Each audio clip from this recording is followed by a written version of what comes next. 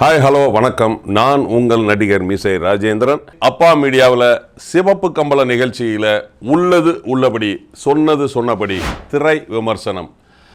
இந்த வாரம் நாம் திரை விமர்சனத்தில் நம்ம பார்க்க போகிற படம் கல்கி. மிக பிரம்மாண்டமான படம், எல்லோரும் எதிர்பார்த்த படம், பேன் இண்டியா மூவி.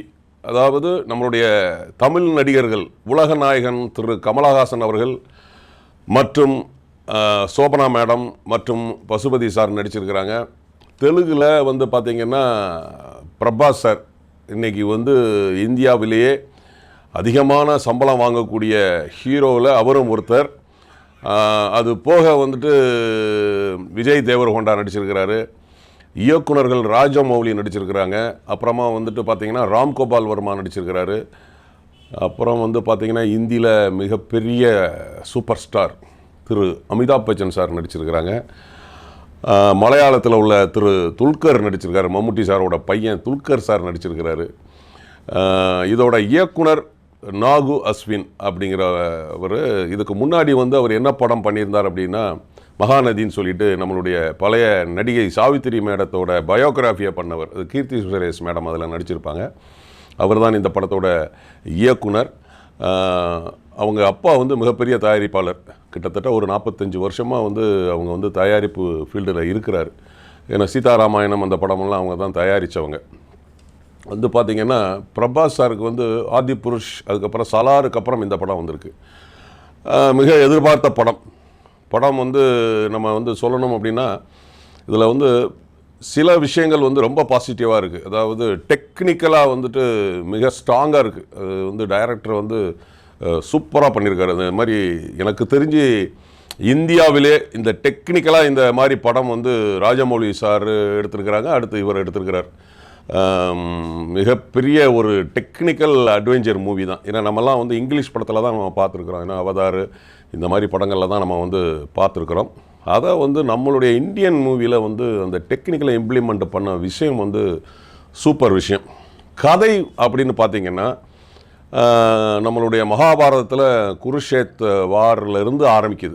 அதாவது அந்த இதிகாசத்தையும் இந்த மாடர்ன் உலகத்தையும் கனெக்ட் பண்ணி ஒரு கதையை வந்து டைரக்டர் கொடுத்துருக்கிறார்.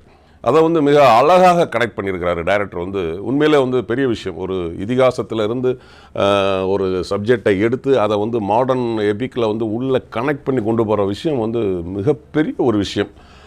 ஆனால் என்னென்னு பார்த்தீங்கன்னா படம் வந்து டெக்னிக்கலாக ஸ்ட்ராங்காக இருக்குது. ஆனால் வந்துட்டு அதோட ட்ரீட்மெண்ட், அதை நம்ம சொல்லுவோம்ல ஸ்க்ரீன் பிளே. இப்போ போன வாரம் நம்ம பார்த்த மகாராஜாவில் வந்து ஸ்க்ரீன் பிளே ரொம்ப ஸ்ட்ராங்காக இருந்தது. இந்த படத்தில் வந்து பார்த்திங்கன்னா ஸ்க்ரீன் பிளே வந்து ரொம்ப வீக். அது நல்லாவே தெரியுது. படம் ஆரம்பித்து இன்ட்ரோல் வரைக்குமே பார்த்திங்கன்னா ரொம்ப லேக் இருக்குது. இப்போ பிரபாஸ் சார் வந்து மிகப்பெரிய ஒரு ஹீரோ.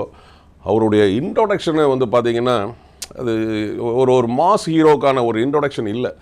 ஏன்னா வந்து நம்ம அமிதாப் பச்சன் சாருக்கு கொடுத்த அந்த கதாபாத்திரத்துக்கு கொடுத்து அந்த கதாபாத்திரம் வந்து அந்த சப்ஜெக்ட்டுக்கு எவ்வளோ சப்போர்ட்டாக இருக்குதுன்னு நம்ம பார்க்குறோம். பட் இது வந்து கொஞ்சம் வீக்கு தான்.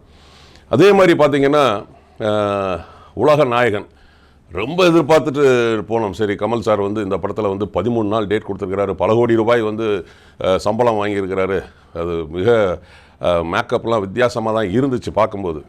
அப்போ அது ஒரு எதிர்பார்ப்பு கொடுத்துச்சு. இந்த மேக்கப்பை வச்சு உலக நாயகன் வந்து என்ன பண்ண போகிறாரு அப்படிங்கிற ஒரு எதிர்பார்ப்பில் போனோம். பட் அந்த எதிர்பார்ப்பு கொஞ்சம் ஏமாற்றம் தான். பிரபாஸோட கேரக்டரைசேஷன் வந்து வீக்கு. அதனால தான் வந்து என்னென்னா ஒரு எஃபெக்ட் இல்லை. அவர் சாமிங்காக இருக்கார், அதெல்லாம் பர்ஃபெக்டாக இருக்குது. சாமிங்காக இருக்கார், சில காமெடிகள்லாம் பண்ணுறாரு. ஆனால் வந்து என்னென்னா ரொம்ப வீக்காக இருக்குது அந்த கேரக்டர். அமிதாப் பச்சன் சாரோட கேரக்டர் பயங்கர ஸ்ட்ராங்கு. கமல் சாரோட கேரக்டர் வந்து கொஞ்சம் வீக்கு தான். அதே மாதிரி பார்த்திங்கன்னா ஜம்பாலா அப்படின்னு ஒரு குரூப் இருக்குது. அந்த குரூப்பில் வந்துட்டு பசுபதி சார், சோபனா மேடம் இவங்கெல்லாம் இருக்கிறாங்க. அந்த கிளைமேக்ஸ் வந்து ஒரு 10 நிமிஷம் வந்து பார்த்திங்கன்னா சூப்பர். அது அந்த விஷுவல் ஆகட்டும், ஏன்னா கேமரா ஒளிப்பதிவு வந்து டிஜோரா அப்படின்னு ஒருத்தர் பண்ணியிருக்கிறாரு. நேர்த்தியாக பண்ணியிருக்காரு.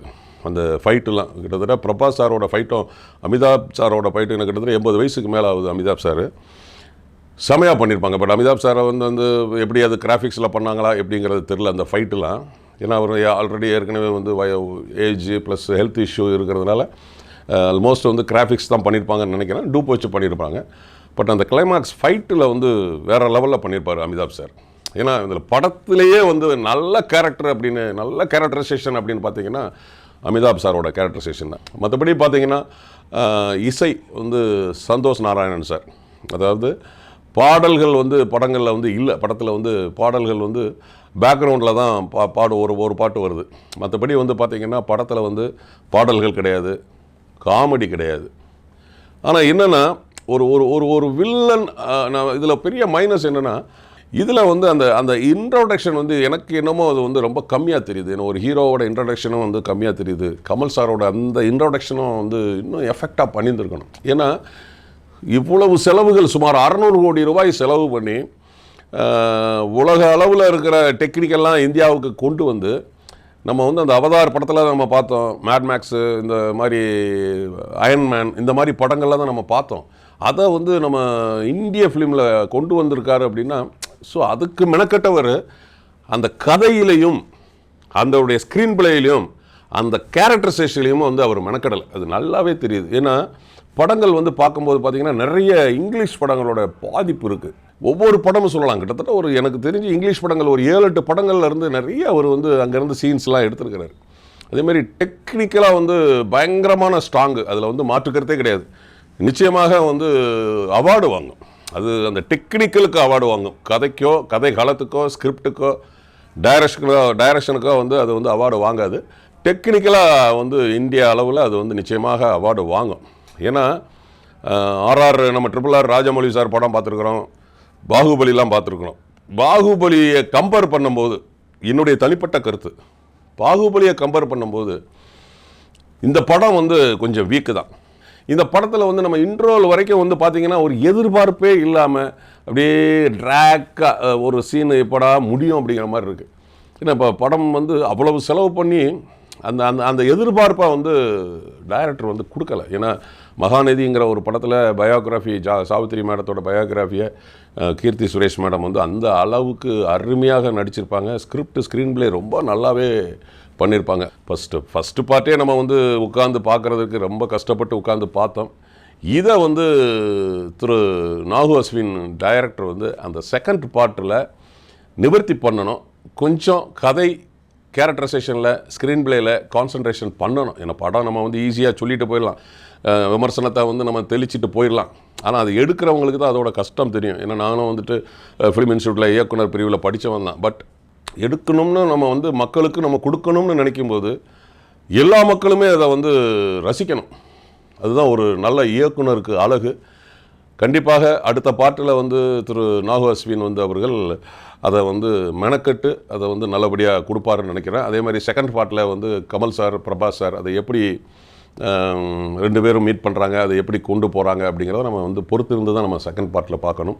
மற்றபடி பார்த்திங்கன்னா எடிட்டிங் சூப்பர், மேக்கிங்ஸ் வந்து கேமராமேன் சூப்பராக பண்ணியிருக்காரு, அது டிஜோரா அப்படின்னு சொல்லி.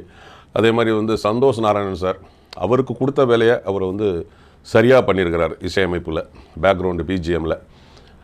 பட் சாங்கு மட்டும் நமக்கு வந்து ஒரு இம்பேக்ட் கொடுக்கல. அந்த பிஜிஎம்மோட சாங்கு வந்து ஒரு இம்பேக்ட் கொடுக்கல. இன்னும் அதை வந்து இன்னும் கொஞ்சம் நல்லா மெனக்கெட்டுருக்கலாம்.